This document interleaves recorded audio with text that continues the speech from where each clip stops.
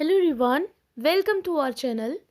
आज का जो हमारा टॉपिक है वो हम कह सकते हैं एक तरीके से कि लास्ट टॉपिक है हमारा सिलेबस का, क्योंकि ये जो सामाजिक विघटन वाली यूनिट चल रही थी, व्यक्तिगत विघटन वाली, उसमें सामाजिक समस्याएं जैसे कुछ टॉपिक थे। तो उसमें से गरीबी, बेकारी और ये थर्ड टॉपिक है मद्यपान व्यसन, जहाँ से ज़्यादातर पूछे जाते हैं। वेश्यावृत्ति के बारे में थोड़ा बहुत मैंने पहले बताया है, जैसे कि अनैतिक व्यापार अधिनियम वगैरह के बारे में ये पहले की वीडियोज़ में मैंने बताया है। देवदासी प्रथा एक होती थी, जहाँ पर पहले के टाइम में एक तरीके से प्रथा के माध्यम से इसको प्रमोट किया जाता था। तो ये सारे टॉपिक हैं। बाकी आपके सिलेबस एक तरीके से फिनिश हो चुका है। तो ये लेक्चर ख़त्म होने के बाद फिर मैं आपको बताऊंगी किस तरीके से आपको कुछ एक्स्ट्रा चीज़ें हैं जो कि कवर अप करनी है, और उसके बाद मैं कह सकती हूँ कि आपकी जो प्रिपरेशन है वो 100% हो जाएगी। तो देर न करते शुरू करते हैं आज का लेक्चर, और ये फिनिश होगा उसके बाद एक सेपरेट वीडियो में बनाऊंगी कि अब आगे के लिए आपको क्या करना है। तो फर्स्टली देखते हैं मद्यपान व्यसन को विभिन्न समाजशास्त्रियों ने क्या क्या इसको परिभाषा इसकी किस तरीके से उसको परिभाषित किया है। तो जॉनसन ने कहा था, मद्यपान वो स्थिति है जिसमें एक व्यक्ति मदिरा लेने की मात्रा पर नियंत्रण खो देता है, जिससे वो पीना आरंभ करने के पश्चात उसे बंद करने में असमर्थ होता है। मतलब इतना ज़्यादा वो पीना शुरू कर देता है कि एक बार तो उसने पीना शुरू किया तो बाद में उसका कंट्रोल ख़त्म हो जाता है, सेल्फ, और फिर वो असमर्थ हो जाता है कि वो उस चीज़ को छोड़ पाए। ये कहा है जॉनसन ने।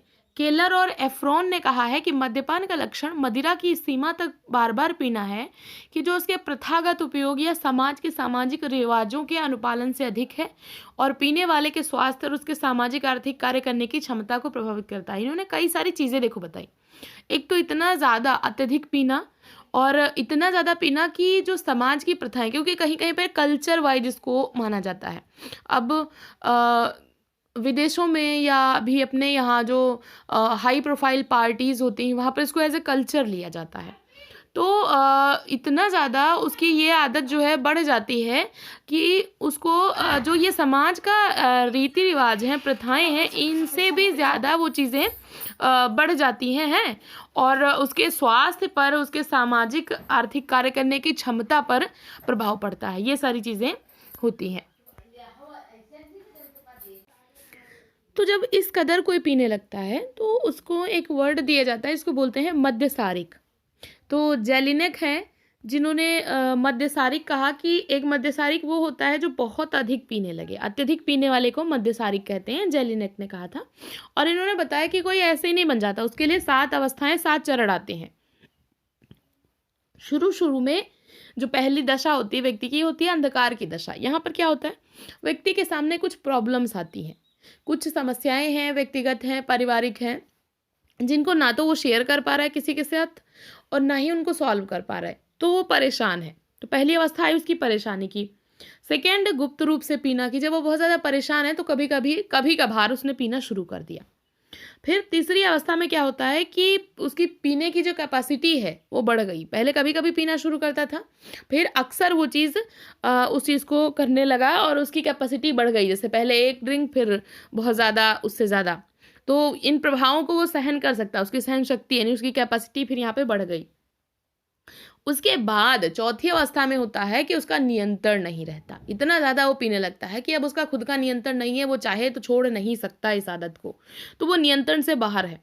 फिर पांचवी अवस्था में क्या होता है कि वो किसी भी बहाने से, कुछ भी हो गया, चलो ठीक है एक लगा लिया पैक, कुछ भी हो गया एक, तो किसी भी बहाने से बस उसका यही एक धर्म रह जाता है। उसके बाद छठी अवस्था में समय समय पर वो ऐसे फंक्शन रखता है जहाँ पर इस तरीके के कल्चर को प्रमोट किया जाए, अपना भी पी रहे हैं, दूसरे को भी साथ साथ में। और जो सातवीं अवस्था होती है उसमें जब वो मॉर्निंग में ये चीज़ करना शुरू कर देता है, कोई भी आदत हो, कोई भी बुरी आदत हो, अगर आपने सुबह सुबह उसको करना शुरू कर दिया, इसका मतलब समझो आप बिल्कुल पतन के गर्त में गिर गए। तो ये बहुत जो सातवीं अवस्था है ये बहुत खतरनाक अवस्था होती है। जेलिनेक ने ये जो 7 अवस्थाएं हैं इन्हीं को 4 चरणों में विभाजित कर दिया। 4 चरण बताए हैं। एक है कि मद्यसारी की अभिलक्षणात्मक पूर्व अवस्था, मतलब उसमें लक्षण प्रकट होने लगते हैं कि आगे चल करके ऐसा करेगा, डिप्रेशन में रह रहा है, अकेला रह रहा है, छुप छुप के चीज़ें कर रहा है, तो ये लक्षण है। दूसरा है कि वो अतिव्ययी हो जाता है, मतलब अपना सारा पैसा उसी पे खर्चा कर रहा है, पीने पे ही खर्चा कर रहा है। तीसरी चीज़ है संकटमय अवस्था, जब वो उसका कंट्रोल खोता जाता है, अपने पर से उसका कंट्रोल नहीं रहता। और चौथी है दीर्घकालिक अवस्था, जहाँ पर मैंने बताया कि वो खुद भी और दूसरों को भी उसमें शामिल कर लेता है। तो ये 4 चरण बताए हैं जेलेनिक ने। एमिल बोमेन, इनकी पुस्तक थी होमो टैक्सिकोलॉजी ऑफ अल्कोहल। इसमें इन्होंने मद्यपान की अवस्थाएं बताई थी कि जब एक व्यक्ति शराब पीता है तो वो पीने से लेकर के किस तरीके से मूर्छा तक पहुंच जाता है, ये अवस्थाएं बताई हैं। ये एग्जाम में पूछा गया था। तो सबसे पहले वो पीता है उपनेदान की, फिर उसके अंदर उत्तेजना आती है, मतलब वो समथिंग उसके जो इमोशंस हैं वो एकदम निकल करके आते हैं। फिर उसको भ्रांति होती है, जैसे वो नहीं बोलना बड़बड़ाना ऐसे ये सारी चीज़ें शुरू करते हैं, तब भ्रम हो जाता है उसको। उसके बाद वो एकदम जड़ हो जाता है, मतलब कुछ भी करो उस पे कोई फर्क नहीं पड़ रहा है, थप्पड़ मारो कुछ भी करो कोई फर्क नहीं पड़ रहा है, कुछ भी बोल दो सुबह वो भूल जाना है उसको। उसके बाद फिर जो अंतिम अवस्था आती है वहां पर उसको एकदम बेहोशी वाली की वो पड़ गया एकदम ऐसे। तो ये अवस्थाएं बताई हैं एमिल बोमेन ने। इलियट और मैरिल, अत्यधिक मात्रा में शराब पीना ही मद्यपान है इन्होंने कहा था। फेयरचाइल्ड ने माना है कि शराब की असामान्य और बुरी आदत ही मद्यपान है। विश्व स्वास्थ्य संगठन, इन्होंने शराब से ज़्यादा और भी चीज़ों को इसमें शामिल किया। इन्होंने कहा है कि मद्यपान नशे की वो अवस्था है जो किसी भी रूप में, चाहे वो हम शराब हो या चाहे कोई और ड्रग्स हो, उसमें मादक पदार्थ का हम निरंतर सेवन करने लगते हैं और इससे क्या होता है, हमेशा व्यक्ति नशे में डूबा रहता है और इससे व्यक्ति और समाज दोनों के लिए खतरा उत्पन्न हो। तो ये कहलाएगी अवस्था मद्यपान व्यसन, मतलब एडिक्शन होना। कभी कभार पीना वो इसमें शामिल नहीं है, लेकिन जब आपका लत लग जाती है, एडिक्शन हो जाता है, आप नियंत्रण से बाहर हो, छोड़ नहीं सकते उस चीज़ को, वो चीज़ कहलाती है एडिक्शन। किसी भी चीज़ का एडिक्शन, किसी को पढ़ने का हो जाता है, किसी को किसी चीज़ का हो जाता है, तो ये जो लत है ये खराब होती है। कारण क्या है, मद्यपान व्यसन क्यों करता है व्यक्ति? तो एक तो हो जाता है कि कुछ सिद्धांतकारों का मानना है कि वंशानुगत रीजन से, उसके मम्मी पापा करते थे, परिवार में होता था इसलिए वो करता है। कुछ लोगों का मानना है कि उसके अंदर कुछ हार्मोनल चेंजेस आते हैं, उनमें वो बैलेंस नहीं कर पाता है और फिर वो जो उसका अवसाद है, कुंठा है, इससे बचने के लिए वो मद्यपान करने लगता है। विशिष्ट व्यक्तित्व सिद्धांत कैटल की उसकी पर्सनैलिटी में कुछ ऐसे तत्व होते हैं जिसकी वजह से ऐसा वो करने लगता है। संगति ऐसी उसको मिल जाती है, जैसी संगति वैसा वो बन जाता है। पांचवा कारण बताया जाता है कि कल्चर प्रमोट करता है कि आप ये कार्यों को करो, जैसे कहीं पर ये शराब पीना एक कल्चर का हिस्सा है तो वहाँ पर आप करोगे। अब जैसे सोम रस का पान है एक तरीके का, ये भी एक व्यसन ही था, पहले के वेदों में इस चीज़ का वर्णन है। तो ये कल्चर के थ्रू है, लेकिन अब उसको बहुत ज़्यादा करना ये थोड़ा सा व्यसनी तरीके की चीज़ें हो जाएंगी। एक विसंगतिपूर्ण व्यवहार, ये मर्टन ने बताया था कि जो मद्यपान व्यसन है ये एक तरीके की विसंगति है, उसका समाज में उसकी आवश्यकताएं पूरी नहीं हो पा रही तो समाज के नियमों को मानना छोड़ रहा है, कुछ भी कर रहा है कैसे भी करके। मादक द्रव्य व्यसन से संबंधित एक महत्वपूर्ण बात यह है कि या तो उच्च वर्ग के लोग इसको कल्चर के रूप में फॉलो कर रहे हैं, या फिर इसको सबसे ज़्यादा कर रहे हैं मेहनत कश लोग, जो झुग्गी झोपड़ियों में रहते हैं। वो लोग अपनी आय का ज़्यादातर हिस्सा मद्यपान व्यसन में ही उड़ा देते हैं, शराब पीने में उड़ा देते हैं और फिर उसके बाद वो लोग गरीब बने रहते हैं। तो ये बहुत ही दुखद बात है। नशीले पदार्थों का वर्गीकरण कितने प्रकार के होते हैं, ये भी थोड़ा सा देखना ज़रूरी बात है। तो कितने प्रकार के होते हैं, तो मुख्यतः हम इसको 5 प्रकारों में बांट सकते हैं। एक होती हैं उद्दीपक दवाएं। उद्दीपक जो उत्तेजना लाती हैं, मतलब जिनके सेवन से मनुष्य की जो मस्तिष्क की क्रियाशीलता है वो हमें लगता है कि हमारी कार्य करने की क्षमता बढ़ गई, हमारा दिमाग ज़्यादा तेज चलने लगा, इसलिए हम उनका सेवन करते हैं। इसमें आते हैं एम्फिटेमाइन, कोकीन, जबकि ऐसा होता नहीं है। एक टाइम में सिर्फ आपको ऐसा फील होगा, बाद में आप चिंता के गर्त में गिर जाओगे, अवसाद की स्थिति आ जाएगी, डिप्रेशन जिसको बोलते हैं, और बहुत खतरनाक स्थिति होती है वो। यहाँ तक कि व्यक्ति डिप्रेशन से पीड़ित होकर के सुसाइड तक कर लेता है। तो ये सारी चीज़ें। अवसाधक दवाएं, जब व्यक्ति की जो मनुष्य की जो क्रियाशीलता है उसके मस्तिष्क की वो कम हो जाती है, इसको बोलते हैं डाउनर, मतलब उसकी दिमाग की क्रियाशीलता को कम कर देता है, हृदय की गतिशीलता को थोड़ा सा कम कर देता है, जो हृदय की स्पंदन गति उसको कम कर देता है, और उसे कुछ समय के लिए उसको रिलीफ महसूस होता है। लेकिन अगर बहुत ज़्यादा हो जाए तो व्यक्ति की मृत्यु तक हो सकती है, जैसे शराब है, मेंडेक्स है, नींद की गोलियां हैं, ज़्यादा मात्रा में ले लिया तो व्यक्ति की मृत्यु तक हो जाएगी। तीसरे प्रकार में आती है भ्रांतिकारक दवाइयाँ। अब इसमें आता है मुख्यतया एलएसडी, जिससे व्यक्ति को भ्रम हो जाता है या पागलपन की अवस्था आ जाती है। अपने यहाँ जो धतूरा होता है वो भी इसी अवस्था में आता है कि अगर आपने उसको ले लिया तो आप पागल हो जाओगे और आपको भ्रम की अवस्था आ जाएगी।